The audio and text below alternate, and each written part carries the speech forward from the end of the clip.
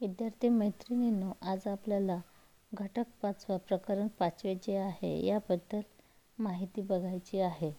याच्या आधी आपण वस्त्र निर्मिती कशी होते, वेगवेगळ्या प्रकारचे तंतू जे आहे हे तंतू कशा प्रकारचे असते आणि त्याच्यापासून जे वस्त्र आहे ते वस्त्र तयार करण्यासाठी लागणाऱ्या ज्या स्टेप्स आहे, पायऱ्या आहेत, त्याच्यामधील ही जी पायरी आहे म्हणजे धागेची आहे, ही धागे दुसरी पायरी आहे। पहिल्या पायरीमध्ये आपण तंतू, धागा आणि नंतर वस्त्र निर्मिती अशा पद्धतीने आपण या वस्त्रशास्त्रामध्ये कपड्याबद्दल माहिती बघणार आहोत।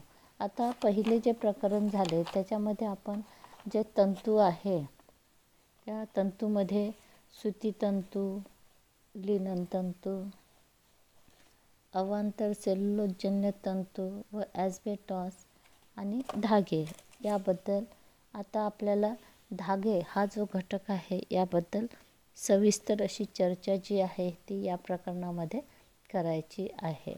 तर आता धागा म्हणजे काय, तर साधारणपणे आपण पाहतो की कोणतेही कापड असो, मग ते विणलेले असो की निटेड असो, सुयावर काम केलेले असो, कोणत्याही पद्धतीने जेव्हा धागा जो आहे या धागा एकत्रित करून त्याच्यापासून कापड निर्मिती होत असते। म्हणजे तंतूपासून धागा आणि धाग्यापासून कापड बनवणे, तर ह्या ज्या प्रक्रिया आहे ह्या प्रक्रिया चालत असते। आता कापड निर्मिती जी आहे, ज्या पद्धतीने कापड निर्मिती केली जाते तितकेच धागा जे आहे हे धागा बनवण्याचे तंत्रज्ञानसुद्धा फारच जुने असलेले आपल्याला दिसून येते। आता विविध प्रकारचे जे वस्त्र असतात त्या वस्त्र निर्मितीमध्ये विविध प्रकारचा धागांचा उपयोग जो आहे तो उपयोग केला जातो। याच्यावरती आपण पाहतो की हा जो धागा आहे याचा उपयोग मागावर विणलेले कापड, निटेड कापड, नॉटेड कापड, ब्रेडेड, नेटेड जाळीदार लेस, क्रोशे काम तयार करून केलेली सर्व वस्त्र, ही वस्त्र जी आहे हे धागे पासून बनवले जातात। आता हे जे धागे आहेत हे धागे बनवण्यासाठी जे काही तंतू वापरण्यात येतात ते तंतू 2 प्रकारचे असतात। एक असतात आखूड तंतू आणि दुसरं जे आहे ते दुसरं असते फिलामेंट तंतू। आखूड तंतूला आपण स्टेपल फायबर असं म्हणतो आणि फिलामेंट जे तंतू आहे त्याला लांब धागा असं म्हटलं जातं। आता आपण पाहतो की कपडा जो आहे या कपड्याची जर आपल्याला गुणवत्ता पाहायची असेल किंवा त्या कपड्याची गुणवत्ता जर ठरायची असेल तर आपल्याला असं दिसून येतं की कापड जो आहे हा कापड कोणत्या तंतूपासून बनला आहे आणि तो जो कापड आहे हा नुसतं तंतूपासूनच बनलेला महत्त्वाचं नसून त्या तंतूपासून तो जो धागा बनला तो धागा कोणत्या प्रकारचा आहे। त्यानंतर आपण पाहतो कपड्याची जी रचना असते ही रचना विविध प्रकारची असते, कोणत्या प्रकारची आहे याचा सुद्धा याच्यामध्ये विचार केला जातो। म्हणजेच काय की कपड्याची जर गुणवत्ता ठरायची असेल तर तो तंतू कोणता आहे, त्या तंतूपासून कशा प्रकारचा धागा बनलेला आहे, कापडाची रचना कशी आहे, या सगळ्या बाबींचा विचार जो आहे तो विचार आपल्याला करावा लागतो। आता जे धागा आहे या धाग्याच्या योग्य निवडीनुसार जे काही आपण कापड तयार करतात किंवा कापड वापरतात, तर कापड तयार झाल्यानंतर जेव्हा त्याची धुलाई करायची असते तेव्हा ती धुलाई कोणत्या पद्धतीने करायची, निर्जल पद्धतीने करायची की त्याला साधी धुलाई करायची। निर्जल पद्धती म्हणजे ड्राय क्लिनिंग, आणि हे करत असताना त्या कापडाचा टिकाऊपणा किंवा मजबूतपणा हे कितपत राहील हे ठरवणे महत्त्वाचं असते. कारण आपण पाहतो की धाग्यातील मूलभूत घटक कोणते आहे, त्याच्यानंतर धाग्याचा पूर्ण लांबीतील नियमितपणा कोणता आहे, या सर्व गोष्टीचा जो विचार आहे तो आपण केला पाहिजे.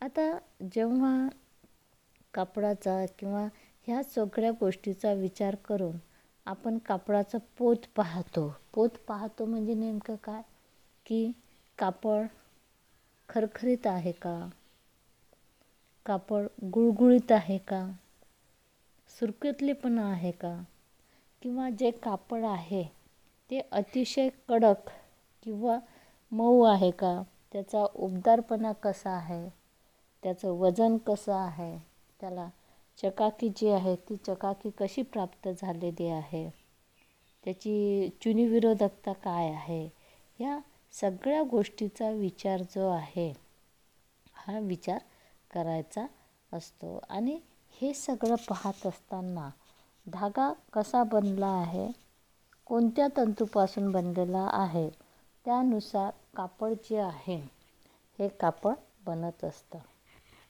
त्याच्यानंतर आता धाग्याचा परिचय. आता जे धागा आहे या धाग्याचा परिचय करत असताना American society for testing and materials यांच्यानुसार धाग्याची जी व्याख्या आहे ती पुढीलप्रमाणे केली जाते. तर धागा म्हणजे काय, तर साधारणपणे धागा म्हणजे असा लांब सलग दोरा. धागा म्हणजे असा लांब सलग दोरा की जो आखूड तंतू, लांब तंतू किंवा अन्य घटकाचा बनलेला असतो, जो मागावर, सुयाच्या यंत्रावर किंवा अन्य प्रकारे वस्त्र बनविण्यास योग्य असतो. म्हणजे काय, की धागा म्हणजे किंवा दोरा म्हणजे जो आखूड तंतू किंवा लांब तंतू या घटकाचा बनलेला असतो, जो मागावर, सुयाच्या यंत्रावर किंवा अन्य प्रकारे वस्त्र बनविण्यास योग्य असतो. तर कापडातील धागा जो आहे हा खालील प्रकारे कोणत्याही पद्धतीचा किंवा कोणत्याही प्रकारे बनलेला असतो. आता जे विविध प्रकारचे कापड असतात, त्या विविध प्रकारच्या कापडाचे जे धागे आहेत, हे धागे कशा प्रकारचे असतात याचा विचार करत असताना आपण पाहतो की धाग्याच्या नुसार तंतू कसा, त्याचा धागा कसा बनला आहे आणि त्या धाग्यानुसार त्याचं कापड जे आहे ते कशा पद्धतीचं बनलेलं आहे, तर याचा आपण विचार करताना धागा बनत असताना काही बाबी ज्या आहे या बाबी आपण लक्षात घेतल्या पाहिजे. एक म्हणजे कोणत्याही प्रकारे कापडातील जो धागा आहे तो कोणत्याही प्रकारे कसा बनलेला असतो किंवा कसा असतो. एक म्हणजे अनेक आखूड तंतूंना पीळ देऊन धागा बनवतात. 2 पीळ न दिलेल्या पण एकत्रित असलेल्या अनेक लांब तंतूपासून. 3 अनेक लांब तंतूंना कमी किंवा जास्त पीळ देऊन. 4 फक्त एकाच लांब तंतूपासून बनलेला. आणि 5 जे आहे याच्यामध्ये संश्लेषित तंतूच्या, कागदाच्या किंवा धातूज पापुद्र्याच्या उभ्या बारीक पट्ट्या यांना पीळ देऊन अथवा पीळ न देता. म्हणजे धागा जो आहे हे 5 प्रकार जे आहे या 5 प्रकारच्या माध्यमातून बनलेला असतो. आता जो आखूड धागा असतो या धाग्याला अनेकदा स्पन धागे असं सुद्धा म्हटलं जाते. स्पन हा इंग्लिश वर्ड आहे, त्याला मराठीमध्ये आखूड म्हणतात. आणि जो लांब तंतू असतो त्या लांब धाग्यांना फिलामेंट तंतू असं संबोधल्या जातं, असं म्हटल्या जातं. तर अशा पद्धतीनं आपण धागा जो आहे या धाग्याबद्दल माहिती बघितली. एक गोष्ट आपण नेहमीसाठी लक्षात ठेवली पाहिजे की धाग्याचा जेव्हा आपण विचार करतो तेव्हा त्या धाग्याचं ज्या पद्धतीचं पोत असेल त्याच पद्धतीचा कापड जे आहे तो कापड बनलेला असतो. आता धाग्याचा पीळ म्हणजे नेमकं काय, तर याच्यामध्ये धाग्यातील तंतू एकत्र राहण्यासाठी धाग्याला दिलेल्या तिरक्या वेळांना पीळ असे म्हणतात. लक्षात घ्या, धाग्याचा पीळ म्हणजे काय, तर धाग्यातील तंतू एकत्र राहण्यासाठी धाग्याला दिलेल्या तिरक्या वेढ्यांना पीळ असं म्हणतात.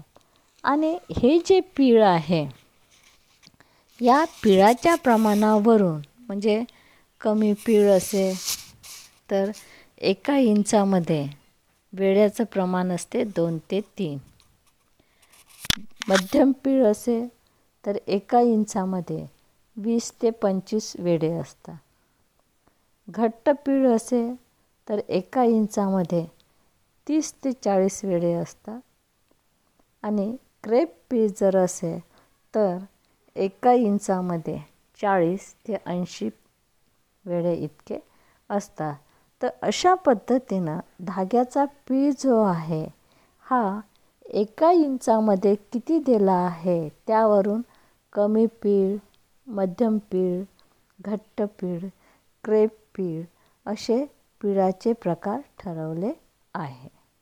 बाकी आपण पुढील व्हिडिओमध्ये बघू. धन्यवाद.